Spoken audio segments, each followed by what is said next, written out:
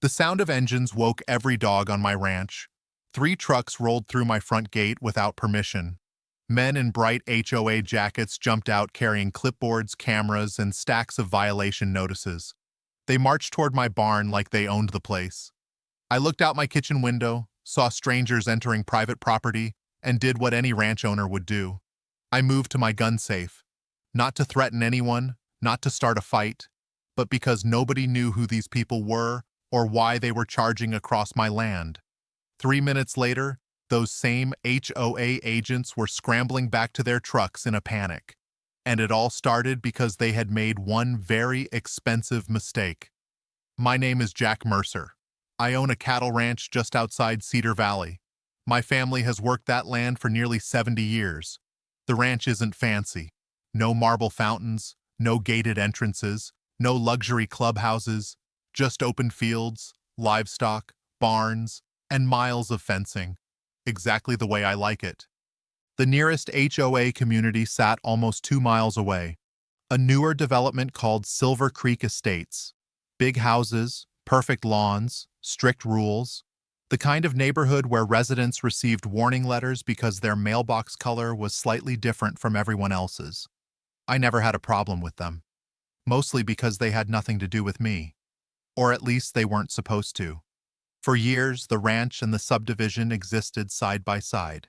They minded their business. I minded mine. Simple. Then Silver Creek elected a new HOA president. Her name was Denise Harper, and Denise had a reputation. According to everyone I talked to, Denise believed every problem in the county somehow belonged to her. Parking problems, noise complaints, property disputes. She inserted herself into everything. One afternoon, my neighbor Earl stopped by while I was repairing a fence. He leaned against the truck and laughed. "You hear about the HOA lady?" I shook my head. "What now?" "Evidently, she tried telling a county worker where he could park." I laughed. "How'd that go?" He asked if she wanted to explain that to his supervisor. That should have been my warning. People like Denise rarely stay inside boundaries. Eventually, they start looking for new territory. The first sign came in the mail, a violation notice. I opened the envelope and stared at it, then read it again, then laughed so hard I nearly spilled my coffee. The notice claimed I was violating HOA landscaping regulations on a ranch. That wasn't inside the HOA. Apparently someone had complained about untrimmed vegetation, agricultural equipment visibility, fence appearance, livestock odor on a cattle ranch. I framed the letter and hung it in my workshop. I thought it was a joke. Unfortunately, Denise wasn't joking. 2 weeks later, another letter arrived. Then another. Then another. Each one more ridiculous than the last. One demanded I paint a barn built before Denise was born. Another complained about tractors being visible from a road. One even suggested I remove a livestock shelter because it didn't match community aesthetics. I finally called the number listed on the notice. A woman answered. Silver Creek HOA. "Hi," I said. "You keep sending violations to a ranch that isn't in your HOA." There was a pause. Then, one moment. A minute later, Denise came on the line. "Mr. Mercer, you realize my property isn't under HOA authority, right? Your ranch impacts community appearance." I blinked. What does that mean? It means residents can see it. For a moment, I honestly thought she was joking. She wasn't. I explained county property boundaries, survey maps, legal jurisdiction, everything. Denise wasn't interested. "Standards matter," she said. "To your residents, maybe. To everyone." "No," I replied. "That's not how property rights work." The conversation ended exactly how you'd expect. Poorly. For the next month, things got quiet. Too quiet. Then one Tuesday morning, Earl called me. "Jack, what's up? You might want to drive towards Silver Creek." "Why?" "I just saw HOA trucks heading toward your ranch." I frowned. "What kind of trucks?" "3 of them." That got my attention. I climbed into my pickup and headed home. As I approached the ranch entrance, I saw dust rising in the distance. Vehicles. Moving fast. My stomach tightened. Nobody had permission to enter. Then I saw them. 3 white trucks. HOA logos on the doors. They drove straight through my open front gate. Without calling. Without permission. Without warning. I hit the accelerator. By the time I reached the house, several people were already out of the trucks, taking photos, pointing at buildings, walking toward equipment sheds. One man was actually measuring a fence. I parked hard and stepped out. "What are you doing?" Nobody answered immediately. Then Denise appeared. She looked extremely pleased with herself. "Inspection?" she said. "Inspection of what?" "Property compliance?" I stared at her, then looked around at the ranch, then back at her. "You drove onto private property to conduct an HOA inspection?" "Yes." The confidence in her answer was astonishing. "No." I pointed toward the gate. "You're leaving." Denise crossed her arms. "We have authority." I almost laughed. "No, you don't." At that moment, one of my dogs began barking furiously toward the back pasture. The horses were agitated. The cattle were moving. Everything on the ranch felt wrong. Strangers had entered their space, and they knew it. That's when I decided I wasn't taking chances. I walked calmly back toward the house. Denise called after me. "Where are you going?" I didn't answer. Inside, I moved directly to the secured gun safe. Not because I intended to confront anyone, not because I wanted trouble, but because unknown people had entered private property without permission, and I intended to be prepared while contacting authorities. As I reached for my phone, I looked out the window and saw something that changed everything. One of the HOA agents had just opened the gate to my livestock pasture, and cattle were starting to move toward the opening. My eyes widened, because what happened next was going to cost someone a fortune. The second I saw that pasture gate swinging open, my heart dropped. Not because of the gate itself, because of what was behind it. 38 head of cattle. And cattle don't understand property disputes. They don't care about HOA regulations. They see an opening and they move. I rushed outside. "Close that gate!" I shouted. The HOA agent looked confused. "What?" "The gate!" By the time he turned around, 3 cows had already wandered through the opening. The rest were beginning to follow. Every rancher knows that feeling. That moment when a manageable situation suddenly becomes a very expensive problem. The agent stumbled toward the gate. Too late. A dozen cattle were already moving toward the access road. My dogs exploded into action, barking, running, trying to help. The horses in the nearby pasture became agitated. Dust filled the air. The entire ranch had turned into chaos because someone thought a clipboard gave them authority. Denise still didn't seem to understand the seriousness of the situation. "Why are you yelling?" she demanded. I stared at her. "Because your people just opened a livestock gate." Her expression didn't change. "It's just a gate." That sentence told me everything. She had absolutely no idea what she'd done. One of the HOA agents finally noticed the cattle spreading across the property. His face went pale. "Oh. Exactly. Oh." Within minutes, cattle were moving toward a county access road. Not dangerous yet, but if they reached traffic, different story. I immediately called the sheriff's office. "County dispatch. This is Jack Mercer." The dispatcher recognized the ranch name immediately. "What's going on?" I looked at Denise, then at the cattle, then back at the open gate. "Unauthorized individuals entered private property and caused a livestock containment breach." There was a pause. Then, "We're sending deputies." "Good. Very good." Meanwhile, the HOA agents were trying to help, which somehow made things worse. One ran toward the cattle. The cattle ran away from him, directly toward another section of fencing. Another agent attempted to close a secondary gate. He grabbed the wrong one. Now even more animals had room to move. I covered my face with one hand. This was becoming a masterclass in what not to do. Even Denise was starting to realize the situation wasn't under control. For the first time all day, she looked nervous. Can we just get them back inside? I stared at her. That's exactly what we're trying to do. The problem wasn't simply gathering the cattle. The problem was doing it safely, without injury, without property damage, without causing panic, because frightened livestock can create problems very quickly. Fortunately, my neighbor Earl arrived, then another neighbor, then another. Within 20 minutes, several experienced ranchers were helping. People who actually understood animals. People who knew that yelling and running generally makes things worse. Unlike certain HOA inspection teams, the deputies arrived just as we regained control of most of the herd. 2 sheriff's vehicles rolled through the gate. Deputy Larson stepped out first. I knew him. Good deputy. Practical. Fair. He took one look at the scene. Open gates, HOA trucks, dust, stressed cattle, frustrated ranchers, and immediately asked, "What happened here?" I pointed toward Denise. "Ask her." Deputy Larson turned. Denise straightened her posture. For a moment, it looked like she believed she was about to take charge of the conversation. That lasted about 5 seconds.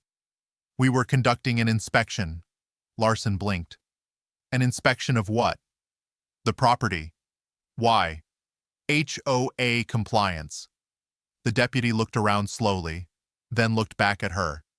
"This ranch isn't inside your HOA." Silence. The kind of silence that makes everyone uncomfortable, except the person who's already been saying the same thing for months. Me. Denise recovered quickly. "The ranch affects neighborhood appearance." Deputy Larson stared at her, long enough that several people nearby began avoiding eye contact. Finally, he asked, "Do you have permission to be here?" "No." "Did the owner invite you?" "No."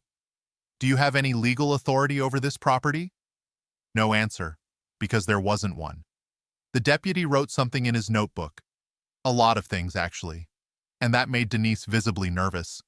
One of the HOA agents quietly stepped backward, then another. It was amazing how quickly confidence disappears when reality arrives. A second deputy began interviewing witnesses, neighbors, workers, anyone who saw what happened. Meanwhile, I showed Deputy Larson the stack of violation notices, the emails, the inspection letters, the photographs, everything. He flipped through the documents, then stopped. "You've been getting these for months?" "Yep." His eyebrows lifted. "And your ranch isn't part of the HOA?" "Nope." He looked back at Denise. The expression on his face wasn't anger, it was disbelief, as though he genuinely couldn't understand how someone could make so many bad decisions in a row. Then came the moment that changed everything. A ranch hand walked over carrying a security tablet. "Jack?" "What is it?" "We've got footage." I smiled. Because security cameras never get emotional, never exaggerate, never forget details. They simply record. And what they recorded was devastating. Multiple HOA vehicles entering private property, without permission, without notice, without authority, then footage of an HOA agent opening the pasture gate, then footage of cattle escaping, then footage of the resulting chaos, every second documented, every mistake preserved. Deputy Larson watched the video twice, then he looked at Denise. For the first time that day, she looked scared. Because she finally understood something. The problem wasn't the escaped cattle anymore. The problem was evidence, and evidence doesn't care about excuses. By sunset, every escaped cow was back where it belonged. The gates were secured, the fences were checked, the dust had settled. But the real trouble was only beginning. Because cattle can be gathered. A damaged reputation is much harder to bring back.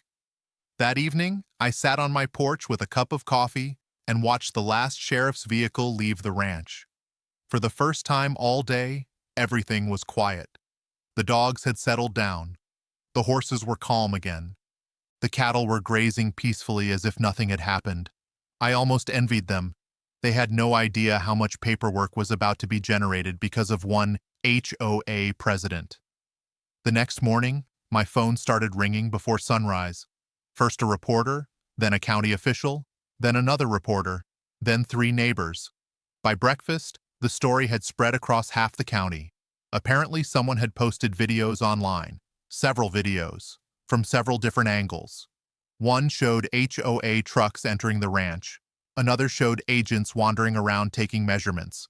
Another captured the moment cattle began moving through the open gate. And one particularly popular clip showed Deputy Larson asking a very simple question. Do you have authority over this property? The silence that followed became internet gold. By lunchtime, people were sharing the videos everywhere. The comments weren't exactly sympathetic to Denise. Meanwhile, Silver Creek's HOA board was having a crisis. For years, Denise had operated like she was untouchable. Now, board members were discovering something uncomfortable. When things go wrong publicly, nobody wants to stand next to the person holding the clipboard. 3 days later, I received a call from the county property office. Mr. Mercer? Speaking. We're conducting a formal review regarding unauthorized enforcement activity. I leaned back in my chair. I figured that might happen. The official laughed. You're not the only one. Over the next week, investigators interviewed everyone involved. Board members, residents, HOA contractors, the inspection team, even vendors who happened to be nearby that day. The more they looked, the worse things became for Denise. Investigators discovered that the ranch wasn't the first property she'd targeted outside HOA boundaries. Not even close. There had been complaints, warnings, letters, arguments. People who simply chose not to pursue the issue because it wasn't worth the headache. Until now. Because now there was video, witnesses, sheriff reports, documentation, and unlike previous situations, this one couldn't be ignored. A week later, Silver Creek announced an emergency HOA meeting. Every homeowner was invited. Attendance was expected to be high. That turned out to be the understatement of the year. The clubhouse parking lot filled completely, then overflowed again. People were standing along walls and sitting on window ledges. I wasn't even a member of the HOA, yet somehow I received 3 separate invitations to attend. Curiosity got the better of me, so I went. The atmosphere inside felt less like a neighborhood meeting and more like a courtroom. Nobody was smiling. Nobody was discussing landscaping. Nobody cared about mailbox colors. They wanted answers. At the front of the room sat Denise. For the first time since I'd met her, she looked tired. Really tired. Gone was the confidence. Gone was the certainty. Gone was the belief that she could simply talk her way through anything. The board president opened the meeting. Then came the reports, county findings, sheriff observations, legal concerns, insurance concerns, financial concerns. That last category got everyone's attention because insurance companies tend to dislike situations involving unauthorized inspections, trespassing allegations, and livestock incidents very much. The HOA's legal advisor stood. I'll keep this simple. Everyone listened. The association has significant exposure if corrective action is not taken. The room became completely silent. Homeowners understood exactly what that meant. Money. Lots of money. Nobody likes HOA fees. The possibility of higher HOA fees? That gets people's attention fast. Then the attorney said something that changed the mood entirely. The board was never granted authority over the Mercer Ranch. A few residents shook their heads, others looked stunned. Because many had assumed Denise knew what she was doing. Turns out confidence and competence aren't always the same thing. The board then opened the floor for comments. One homeowner stood. Did anyone verify the property boundaries before sending violation notices? No answer. Another stood. How much did this cost the HOA? Still no answer. Then an elderly resident rose slowly from his chair. The room quieted. Everyone knew him. He'd lived there since the neighborhood was built. He looked directly at Denise. You were elected to protect this community. The room was silent. Instead of arguing, he continued. You spent years acting like authority was ownership. Nobody interrupted. You forgot something important. He paused. Authority has limits. The room erupted into applause. Not loud, not angry, just final. The kind of applause that tells you a decision has already been made. A few minutes later, the board entered a closed session. When they returned, everyone already knew what was coming. The board president cleared his throat. Effective immediately, Denise Harper is removed from her position. Silence, then relief. A strange, collective relief. Not because people enjoyed seeing someone fail, but because the situation was finally over. Denise stood slowly. She gathered her papers, picked up her bag, and headed toward the exit. For a moment, our eyes met. Neither of us spoke. There wasn't much left to say. Months earlier, I had simply asked her to respect a property boundary. That's all. Nothing dramatic, nothing complicated. A simple boundary. Instead, she turned it into a battle and lost. Over the following months, Silver Creek implemented major changes. New oversight procedures, legal reviews, boundary verification requirements, training programs, documentation standards. In short, they started doing things properly. As for the ranch, life returned to normal. The cattle didn't care about HOA politics. The horses didn't care about investigations. And the dogs certainly didn't care about board meetings. One evening, several months later, Earl stopped by again. We stood by the fence watching cattle graze. "You hear what happened?" he asked. "What now?" "The HOA finally updated their enforcement manual." I laughed. "Good." Earl grinned. "You know they included an entire section about not inspecting property outside HOA boundaries?" I nearly spilled my coffee. "You're kidding." "Nope." We both laughed. Because sometimes the most expensive lessons are also the simplest. Respect boundaries. Know your authority. And never assume a clipboard gives you control over someone else's land. As the sun disappeared behind the hills, I looked across the ranch. The same ranch my family had worked for decades. The same ranch Denise thought she could regulate. The same ranch that reminded an entire HOA of something important. Property rights matter. Preparation matters. And common sense matters even more. Some people think power comes from titles. Others think it comes from rules. But real authority begins with understanding where your authority ends. And the day Denise forgot that was the day everything started falling apart.